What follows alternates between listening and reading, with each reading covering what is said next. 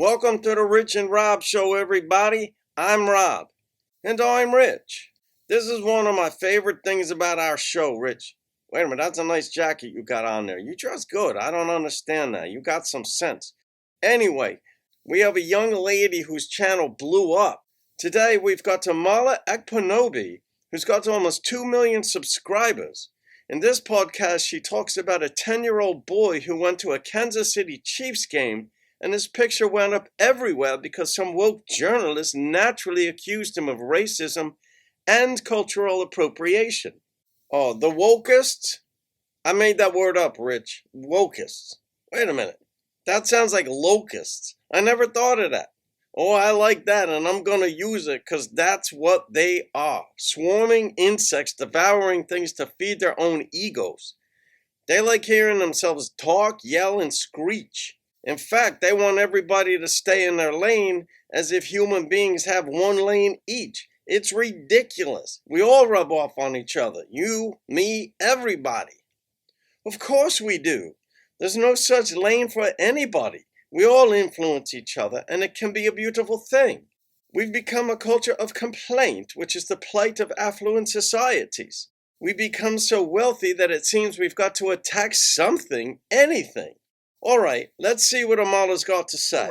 Today we're going to be talking about a young Kansas City Chiefs fan who managed to get accused of blackface and cultural appropriation all in the same day just by sitting in the stands. So you all know what happens at these football games. The fans dress up, they put on the colors of their favorite team, and they scream and shout for the people that they want to win. And while the cameras mostly stay on the players on the field, this time the cameras panned over to the audience, and this picture was captured of a young fan of the Kansas City Chiefs. Now you'll notice that this young fan has a black face, as it's been painted black to support the Kansas City Chiefs, and he's also wearing a Native American headdress. We'll get to the headdress in just a bit. Let's focus on the face. Now, a journalist, if we can even call him that, by the name of Karen J. Phillips of Deadspin, decided to take on this picture and write an entire article about how disrespectful it is for a young fan to be wearing blackface at a football game. Now, the article is titled, "The NFL Needs to Speak Out Against the Kansas City Chiefs Fan in Blackface, Native American Headdress." Now, when you get into the article, the first paragraph says it takes a lot to disrespect two groups of people at once. But on Sunday afternoon in Las Vegas, a Kansas City Chiefs fan found a way to hate black people and the Native Americans at the same time. And this picture began circulating all over the internet, and people were outraged, saying, how dare someone like this wear blackface to a football game? How dare his parents allow him to do this? But there is more to the story, as is almost always the case. Shortly thereafter, another photo of this young fan began to circulate on the internet, and it tells a completely different story. You'll see in this photo that the young boy has a black side of his face and a red side of his face. Why might that be? It might be because those are the colors of the Kansas City Chiefs. Any reasonable person would see these colors on his face and think that this is somewhat innocuous. He's just a young boy that wanted to support his football team. But instead, somebody chose to take a picture that quite literally only tells half of the story as a means to accuse a little boy of blackface and racism on the internet. So of course, as both of these pictures are circulating simultaneously on the internet, people are coming to the defense of this little boy who should have never been used for this purpose in the first place. They started coming for the journalist, saying, how dare you make an accusation like this, knowing that the fan was just wearing the Kansas City Chiefs colors. But the journalist decided to double down on his comments. He wrote on X, quote,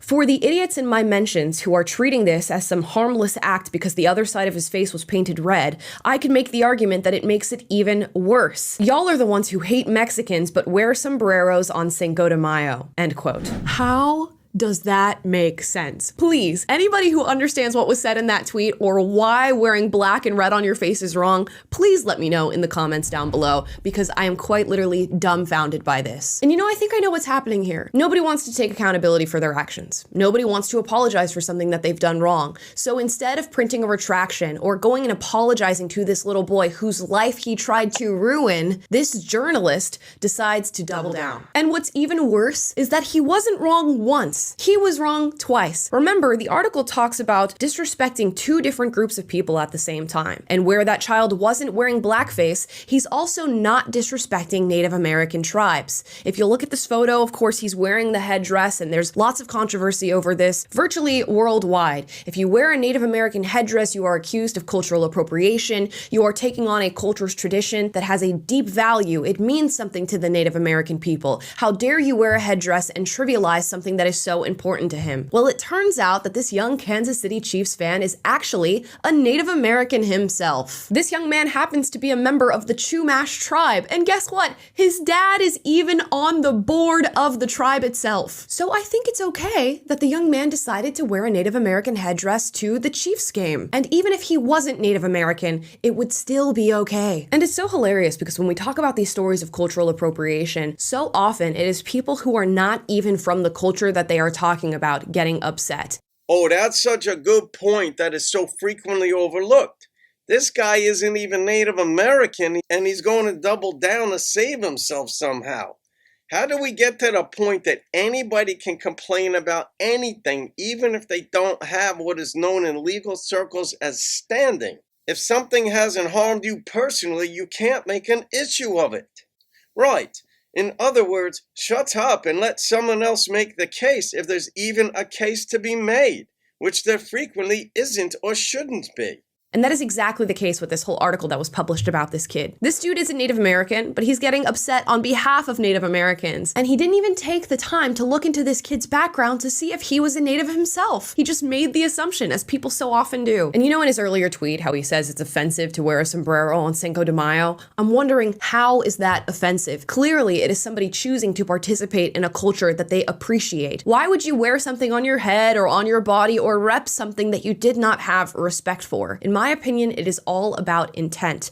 Oh, what she said, I've been saying for years now, Rich. It drives me crazy that wokeists say wearing something you wouldn't normally wear automatically means bad things. It doesn't. It means you like something about others. The journalist who got in trouble for this was wearing a suit in his picture. And if it was an Italian suit, is he appropriating Italian culture or trying to be in the mafia? Right, like where does it stop? Or even more to the point, are fans who wear the jersey of their favorite team or player trying to impersonate anybody? Of course not. They're showing their support. Same thing with Cinco de Mayo or St. Patrick's Day or a cowboy hat or Indian headdress. They like it. That's why they wear it. She said it's all when she said it's all about intent. People don't look at the heart behind something or the reasoning behind it. And I'll tell you this, I'm not wearing something if I don't like the people it represents. Indeed. All right, back to Amala. I quite like this young lady. And this young boy didn't wear a Native American headdress to make fun of Native Americans, to mock them, to look down on their culture. He wore it because it's a part of his own background and he appreciates it. And he wanted to go to a Chiefs game and look like a chief. At the end of the day, intent is crucial when looking at these matters. And it was by no means his intent to offend anybody. It seems like he was just a little child trying to have fun at a football game. And it's important to ask this question. What kind of person do you have to be to go after a little boy to make an argument like this? To use his photograph to plaster his face all over the internet so that people can hurl outrage towards him. Imagine we didn't have the other pictures or this story was never cleared up and this black journalist ruined the life of a little Native American boy. This is just such a blatant misuse of somebody's platform. And we talk about journalistic integrity when it comes to writing stories. There is none to be found here. And for him to continue to double down on his statements absolutely blows my mind. But that's the world we're living in these days, where people are so sensitive that they get upset about a painted face and a Native American headdress, even though we have far bigger issues to worry about. I hope that in the near future, this kid gets a huge apology. And if there's any legal action that he could take against Deadspin and this journalist in particular, he should absolutely do that. This should not be okay. This should not be something that you are able to do. And hopefully this doesn't go on to impact this kid's life any more than it already has. We need to be less sensitive. We need to stop fueling outrage like this. And we all around need to do better. I gotta tell you something, Rich. She gives me hope for the future. She's logical and seems like a nice, considerate young lady. Indeed, She's very organized in her thoughts, more than I was at her age, and she's putting it to good use. I think I saw the boy's family sue the journalist and Deadspin, though I'm not sure where that stands right now.